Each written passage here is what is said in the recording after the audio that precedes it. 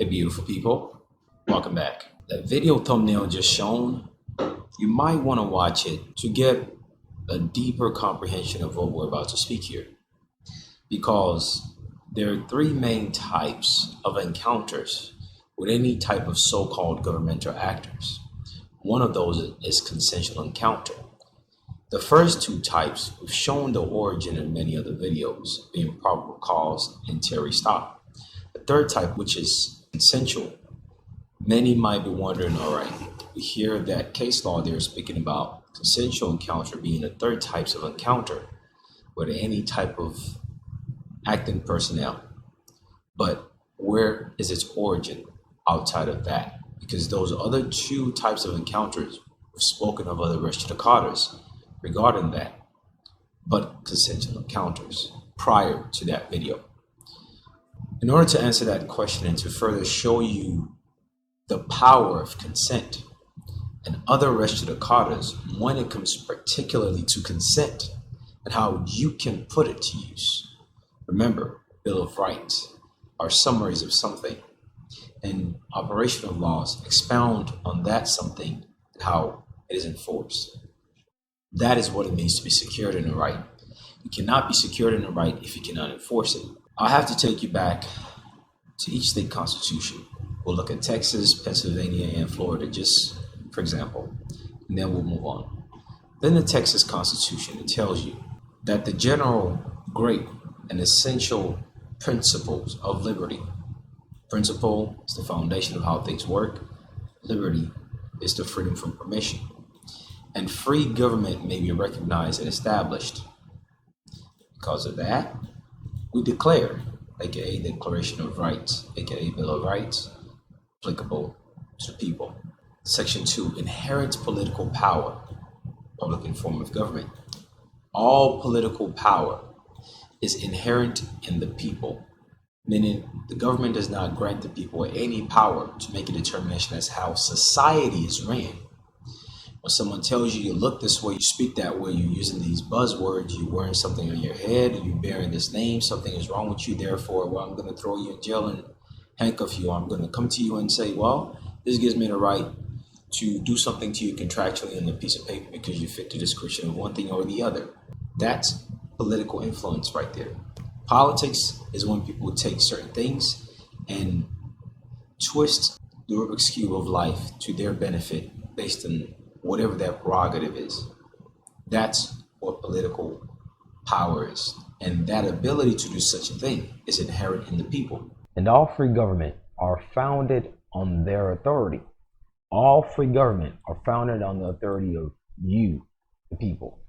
The moment that the acting government in any given era, so long as it's in North America, that's communism, dictatorship, all that stuff.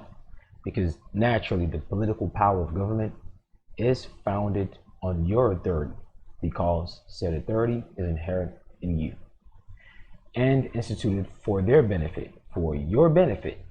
They, meaning the people, have at all times the inalienable, meaning they cannot be severed from you. They have at all times, meaning the people have at all times the inalienable right to alter. Inalienable means it cannot be severed or removed from you. You have the inalienable right to alter, reform, or abolish. You can amend the government to what you want or completely remove it from existence. Abolish their government, meaning you own it. There is a possessive term. In such a manner as they may think expedient. In other words, government is consensual, and the power for any governmental actors, whether it's police power or administrative power, judicial power, legislative power, executive power of any given government, is based on your consent. Hence, the political power of any given body of government is inherent in you. As long as you allow them to screw you over, they will do so. Now, that's just at Texas, for instance. Florida, according to the state Senate, which makes up the Congress, the legislative department. Political power, section 1. All political power is inherent in the people. The enumeration herein of certain rights shall not be construed to deny or impair others retained by the people. Section 2. Basic rights. All natural persons, female and male alike, are equal before the law and have inalienable right among which are right to enjoy, defend life and liberty, to pursue happiness, to be rewarded for industry, blah, blah, blah.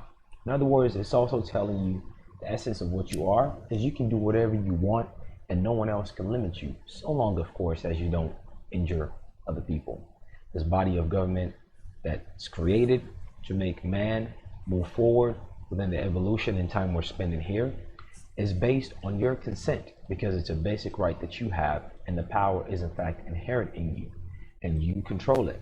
Now, Pennsylvania, political powers. All powers is inherent in the people, and all free government are founded on their authority. All free governments are founded on their authority of the people, which is the power that is inherent in them. That authority is inherent in the people and instituted for their peace. Government is created based on the power of the people to perpetuate peace, safety, and happiness. For the advancement of these ends, they have at all times an inalienable and infeasible right to alter or abolish their government in such a manner. For the purpose of the advancement of this same people, to which the government is created on behalf of, for the purpose of their safety, peace, and happiness, these same people, for the purpose of that establishment of government, which is for their happiness and peace, these same people to which the government is created can abolish, alter, or reform said government. It is a right that is inherent in them, and it is a power that the people have. That same power is the reason why the government is created, for the purpose and benefit of the same people, being peace, safety, and happiness. And if that same peace, safety, and happiness is not enforced, then the people reserves the right to basically abolish or reform said government. This is the primary origin of consensual encounters, aforementioned in the past videos. Now let's head into res judicata when it comes to consensual encounter and the details of what it really means. Because in that past video thumbnail shown, I just mentioned there are 3 types. And consensual encounter was briefly mentioned. But what are the details of that? And how is it evoked? Well, the first details of it is its origin and why it even exists as a concept that you can bring forth in reality. Things are mere concepts until you evoke it. Therefore, we show you the concept and the origin of it. But now, what is the operation of it? How you evoke it? Walter versus the United States, year 1980. It is yet to be overruled. The United States Supreme Court. I know, sounds a bit repetitive, but I'll keep saying it. Supreme Court cases applies on all 50 states, so long as it's the United States level. If it's not United States level, then full faith and credit faces Supreme Court of each respective states or an appeal level. Case number 79-67. Particular part we're looking for. Fourth Amendment. The right of the people to be secured in their persons, houses, papers, and effect against unreasonable searches and seizures shall not be violated. No warrant shall issue, but upon probable cause, listen to this, supported by oath or affirmation, and particularly the key word here to anything related to search, either consent or through what's preserved within the Fourth Amendment, Bill of Rights, Declaration of Right, that separates and limits the power of the governmental actors, the power derived from you. That same thing written down only applies to particularity. And that same particularity that describes the place to be searched or persons to be seized or thing to be seized applies when it comes to your consent, where they either tricked you one way or the other, or you did say, you know what, I know I'm not guilty, so go ahead and search it. Just as much as it is, or interpret that perspective, because of course there are many res judicata that says that municipal police powers can basically lie so long as it gets them to the bottom of a crime. So now their lying can basically get away with misrepresentation so long as it assists them find out a crime. So now whether or not they found a crime and whether certain things are fruits or the poisonous tree is not what we're saying here.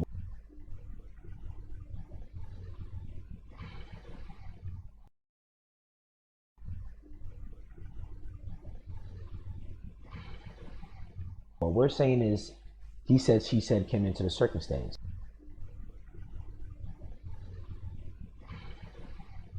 Well, how do the 50 states Supreme Court look at the situation? Well, here it is. Ambiguous. With these principles in mind, remember, principles are how things work. The tortfeasors, they don't know these principles, but guess what? Those lawyers, those salesmen, those communication people that they hire and they train amongst themselves, and they watch all these plethora of YouTube videos and body cameras of people who are clueless, right? They nitpick and choose the stupid ones to show to them, to give them an ego boost that, look, you're doing something good in society and most people are dumb, but you're an exception though. You must know these principles to hold them liable to it. They only know the summary because even these costume wearing armed men and women working as employees of municipalities, they're given sales pitch to make them feel significant in society.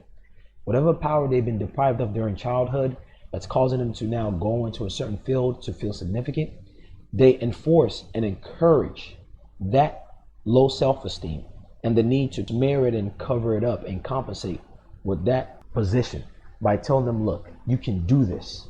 Just go ahead, trick them to give you consent. They don't know any better. Say one thing or the other, just stay in control. But nonetheless, you on the other hand must always stick with foundational principles, because that is the lens that the one who interpret law, aka the judicial department of government, aka the courthouses, aka the documents written on pen and paper, which is the invisible strength of society. That is the lens. Principles are the lens that they view everything from, no matter how ignorant the tortfeasor is, no matter how ignorant the victim is. With these principles in mind, which you must always keep in mind and enforce, again, there are two ways to authorize an act. The complete 42-minute video is posted on the Patreon page. Take care. Best of luck.